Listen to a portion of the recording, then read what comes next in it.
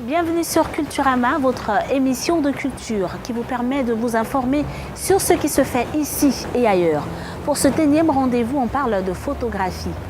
Elle existe partout aujourd'hui, que ce soit dans le domaine de la science, des médias d'actualité, de propagande, de la publicité ou alors même dans notre vie personnelle. On ne peut imaginer un monde sans photographie aujourd'hui. Pour explorer ce monde, nous recevons Désiré Minko, un reporter photographe gabonais, et c'est tout de suite.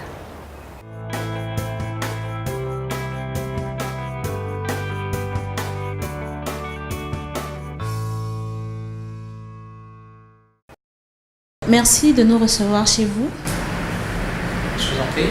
Alors, comme je disais aux téléspectateurs, en dehors que de faire la connaissance de Désiré Minko, nous allons également parler de la photographie.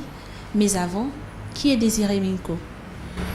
Alors, Désiré Minko est un Gabonais qui a choisi comme métier la photographie, et c'est depuis très tôt, et qui a eu à travailler. J'ai commencé d'abord à me former par l'Institut supérieur d'enseignement par correspondance en Belgique. Ensuite, j'ai fait des stages de photojournalisme et un stage à la prestigieuse école de Lumière à Paris, au portrait supérieur. Et j'ai commencé à travailler au journal Union, où j'étais chef de service.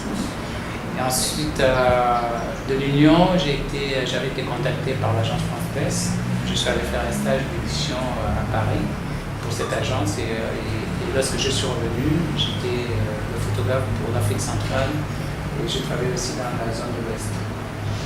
Un parcours assez riche, et on sous-entend, on suppose donc que des difficultés vous en avez rencontrées. La plus marquante, parlez-nous d'elle. Alors, vous savez, la photographie, c'est un métier qui est très méconnu. Heureusement que ça commence à changer. Moi, quand j'ai débuté, le photographe, c'était celui qui fait les photos pour le mariage, qui fait les photos pour la carte d'identité. Et c'était très mal vu déjà quand on choisissait comme métier photographe pour le Gabonais que j'étais à cette époque. Nous, je suis de la génération pétrole. Et choisir un métier qui n'était pas dans celui du bureau, c'était pas très bien vu. Mais comme c'était un métier artistique, dès qu'on est touché par le virus, c'est difficile de s'en sortir. Et c'est ce qui s'est passé. Je suis resté. Les difficultés, déjà, c'est au niveau de la formation. Parce que, contrairement à ce que les gens peuvent penser, la photographie coûte cher. Parce que j'ai eu vraiment de la chance, parce que j'avais commencé par un premier emploi dans un laboratoire. Et c'est de ce laboratoire où, avec le petit salaire que j'ai gagné, que j'avais demandé à mon patron de me payer les cours par correspondance. Donc, j'ai appris la photographie générale de cette manière-là. Et ensuite, ayant gagné un concours photo, qui m'a ouvert les portes de la plus prestigieuse des écoles de photo, parce que le premier prix, c'était une bourse à l'Lumière. Et c'est ce qui m'a permis. Et quand je suis allé voir les coûts à l'Lumière, où même pour 2 semaines, on payait à l'époque 1200 francs français pour une semaine. Vous imaginez un peu pour ceux qui partaient pour avoir le CAP, avoir en fait des diplômes supérieurs en photographie. Donc, c'est la première difficulté qu'on a en Afrique au niveau formation. C'est pour ça qu'il est difficile de trouver des écoles. Il n'y a pas d'école dans la sous-région, moi j'en connais pas. Je connais peut-être des centres de formation au Cameroun, mais il y a des écoles de photo. Donc la première difficulté, c'est au niveau de la formation. Et au niveau de la pratique, parce qu'il faut savoir que la photographie, c'est un peu comme la médecine, il y a un tronc commun et il y a des disciplines. Moi j'ai des spécialités. J'ai eu la chance de choisir le photojournalisme, la photo de presse. Parce que, en fait, c'est ce que je voulais faire. Et pendant que j'étais à l'Union, chef de service, après ma formation de photographie générale, la coopération française avait donné la possibilité d'aller se former aux photojournalistes au deuxième rencontre de la photographie à Bamako. Et ce stage était animé par l'école de journalistes de Lille. Et c'est là où j'ai suivi la formation de photojournaliste. Et le portefeuille, je suis allé l'apprendre à l'lumière. Mais le portefeuille, c'est pas trop mon domaine parce que le portefeuille, il faut arranger la personne. Moi, je mets les risques, je prends les choses sur le vif. Et en fait, c'est mon tempérament. J'aime pas qu'on arrange les choses, j'aime prendre les gens au vif. Et c'est pour ça que j'ai choisi, je me définis comme photojournaliste. Alors Désiré Minko, à vous entendre parler, on comprend très bien que c'est un milieu assez passionnant. Si vous nous parliez de la photographie, c'est quoi la photographie? Alors au départ, la photographie a ceci de particulier qu'elle allie la science et l'art. La partie scientifique, c'est au niveau technique. Parce que c'est bien d'avoir un appareil. Aujourd'hui, avec les nouveaux appareils, on peut faire une photo. Mais quand on veut aller à un certain niveau, on a un côté scientifique qu'on apprend, qu'on peut apprendre sur le tas, qu'on peut aussi apprendre à l'école. Et il y a le côté artistique. Et le côté artistique ne s'apprend dans aucune école. C'est-à-dire c'est l'homme, c'est la participation de l'homme. Tu peux décider que je veux obtenir cet effet par rapport à un autre. Et est-ce que, avec la technique et ce que j'ai envie de faire, il faut lier les deux. La photographie, c'est ça. Et maintenant, les sensations sont différentes. Un photographe d'art, lui, il va chercher la lumière, il va chercher... et le photojournaliste que je suis, moi, je suis conduit par le terrain, en fait. C'est vrai que je peux aussi, un photojournaliste, je peux travailler sur des thèmes. Par exemple, ma dernière expo, c'est sur l'outil, un thème sur lequel je travaille depuis plusieurs années.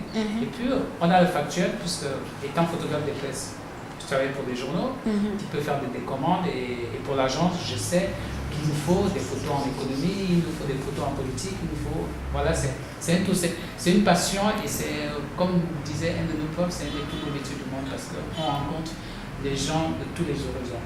Comme le disait un de mes directeurs de publication à Lyon, qui disait qu'on fait le plus beau métier du monde, vous côtoyez les gens de tous les niveaux et des niveaux et des rangs sociaux qui ne vous permettent pas, où vous n'êtes pas, c'est seulement à la fin du mois que vous vous rendez compte que se trouve votre niveau. Et ça la photographie. On rencontre des gens, on rencontre des événements et ça enrichit. Depuis plusieurs années, on est passé de la photographie en argentique à la photographie numérique. Est-ce à dire qu'on veuille simplement s'arrimer à l'évolution technologique ou alors il existe véritablement une différence entre ces deux types de photographie-là? Alors, deux fois, la révolution technologique nous oblige à suivre.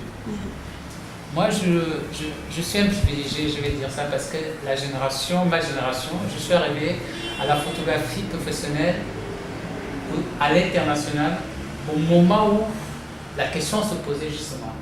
Est-ce que le numérique va s'imposer?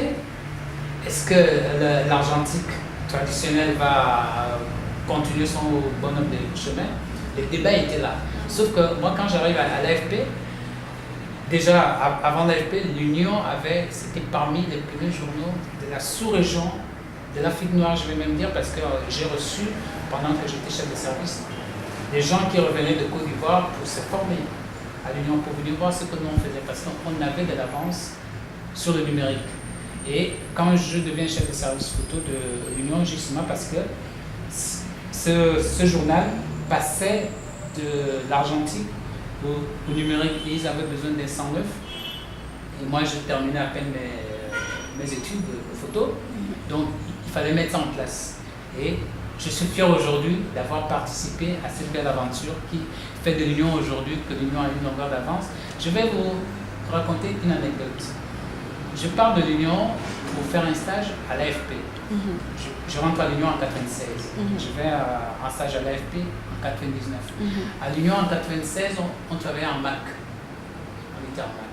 Donc quand j'arrive à Paris, comme il y a toujours cette image de ils étaient surpris de me voir maîtriser aussi bien le Mac que le PC. Après, quand ils me disent mais comment tu fais, j'ai dit mais moi je travaille en Mac depuis 3 ans.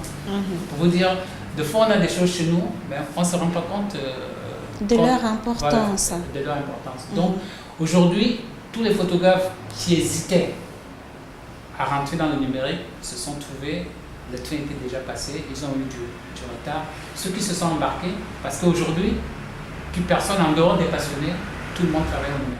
Tout le monde travaille en numérique. Et Désiré Minko, dans quel type de photographie vous vous situez? Argentique, numérique? Je peux dire que je suis un privilégié. Je ne travaille plus en argentique parce que c'est cher les boîtiers. J'en ai là dans mon bureau pour la collection. Mais pour trouver un film, c'est difficile. Pour développer un film, c'est difficile. Moi, je me considère comme un photographe qui suit son évolution. Moi, comme je dis souvent, je suis un papa Android.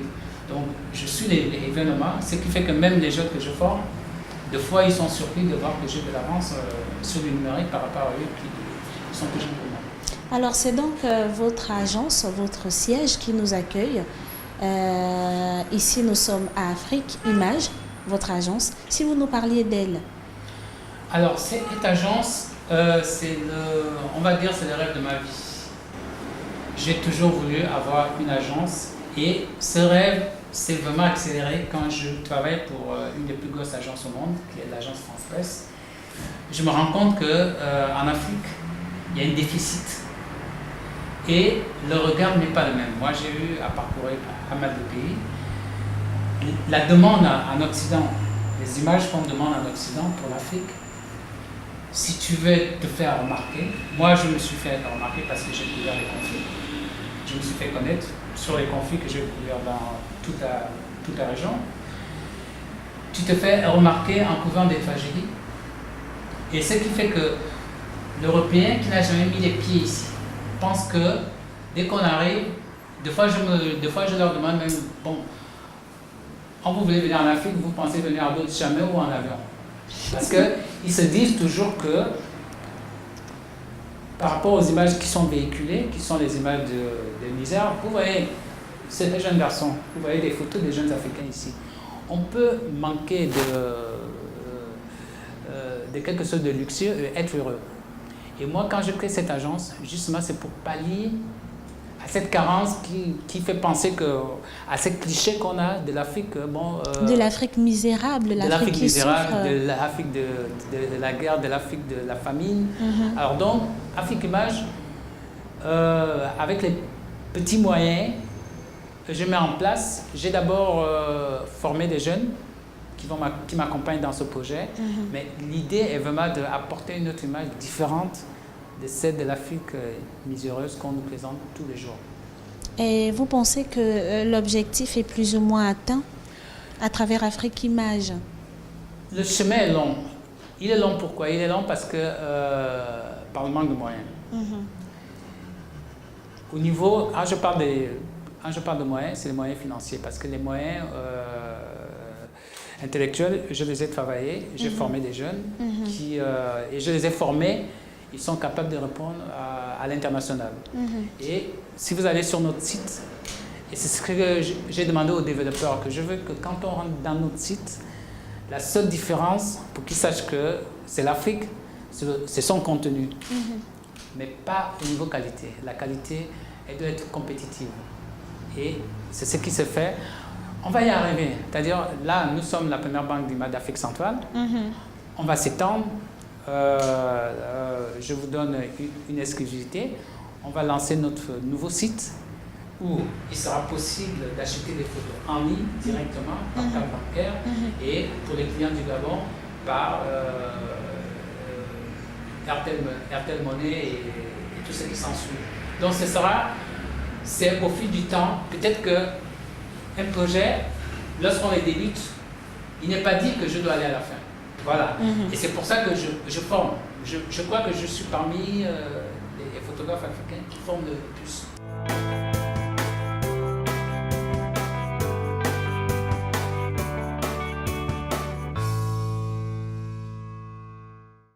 Qu'est-ce que vous dites à ces jeunes lors des formations? La formation, c'est bien, mais il faut persévérer. Et pour ceux qui vont travailler pour Afrique Image, je leur dis le chemin qui nous reste à parcourir. Peut-être que je n'irai pas jusqu'au bout, ce sera à eux de continuer ce projet. Alors, pour ce qui est de vos œuvres, Pouvez-vous nous présenter quelques-unes, en commençant par celle qui est juste à vos côtés? Alors celle-là fait partir du reportage, de mon reportage que j'ai commencé à réaliser en 1996. J'ai d'abord travaillé pendant 3 ans. J'ai parcouru le Gabon. Vous savez, le petit, c'est un des rites les plus pratiqués au Gabon. J'ai travaillé pendant 3 ans. J'ai fait une première exposition qui s'appelait Clin d'œil sur le petit. Et très récemment, j'ai fait Esprit du petit. À la maison d'Alice. À la maison d'Alice. Effectivement. Donc, c'est un travail de longue haleine. Et dans cette agence, en fait, on propose une diversification. Comme je vous ai dit, on peut travailler sur le factuel et travailler sur des sujets comme celui-là qui s'étendent sur plusieurs années pour présenter les différents aspects de ces initiatives. Il serait bien, pour l'avenir de la photo africaine, de créer une synergie. Et ça, par contre, c'est ce qu'on ne sait pas encore faire, surtout nous, ici au Gabon et en Afrique centrale en général. Alors, Désiré Minko, on s'achemine peu à peu vers la fin de cet entretien. Peut-on avoir votre mot de fin? Mon mot de fin, c'est de parler d'Afrique Image et de son nouveau site. Ce sera une grande première. Déjà, au Gabon, on a une réputation de paresseux. Ça, moi, je veux, à travers cette agence et ce site, déjà, nous sommes les seuls en Afrique centrale à avoir autant de photos de tous les pays de la région. Et ce site, je veux qu'il soit le premier site africain de photographie.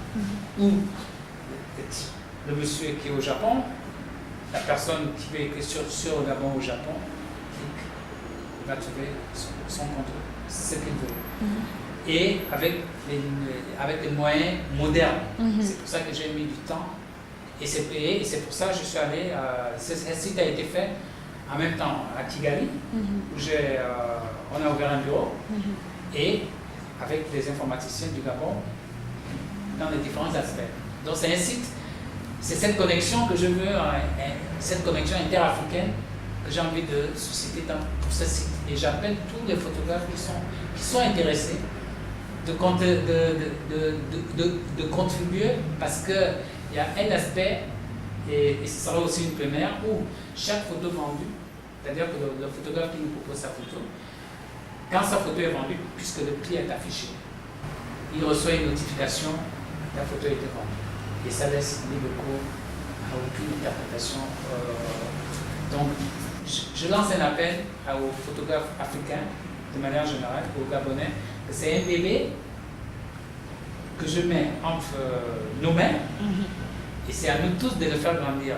Comme je l'ai dit plus haut, c'est pas parce que c'est mon projet que je dois être jusqu'à la fin, parce que nous tous, on est de passage sur cette terre. Donc, c'est pas parce que j'ai créé quelque chose que je dois être, je serai peut-être le parrain, mais d'autres, c'est ensemble qu'on devient fort et qu'on arrive à faire de grandes choses. Et je peux dire que ce site devienne le premier site africain de photographie.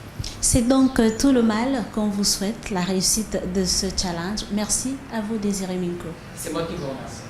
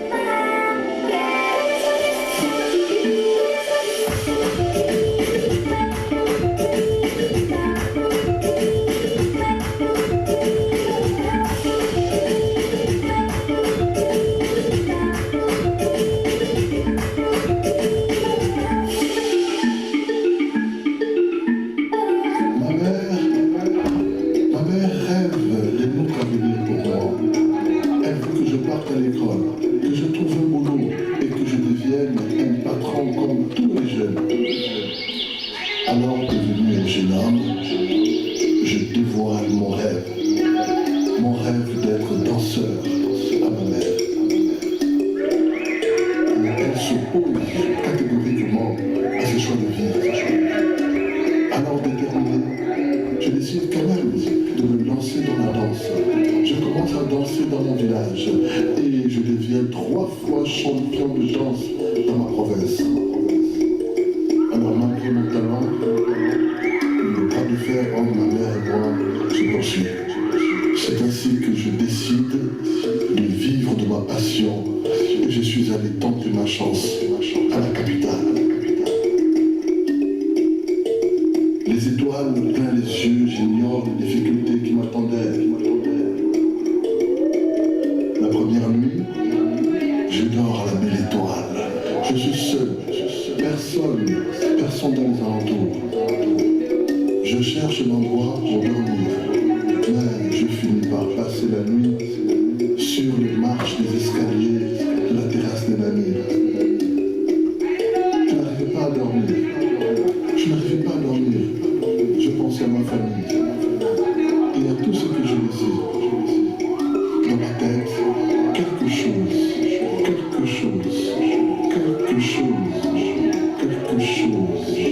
se passe.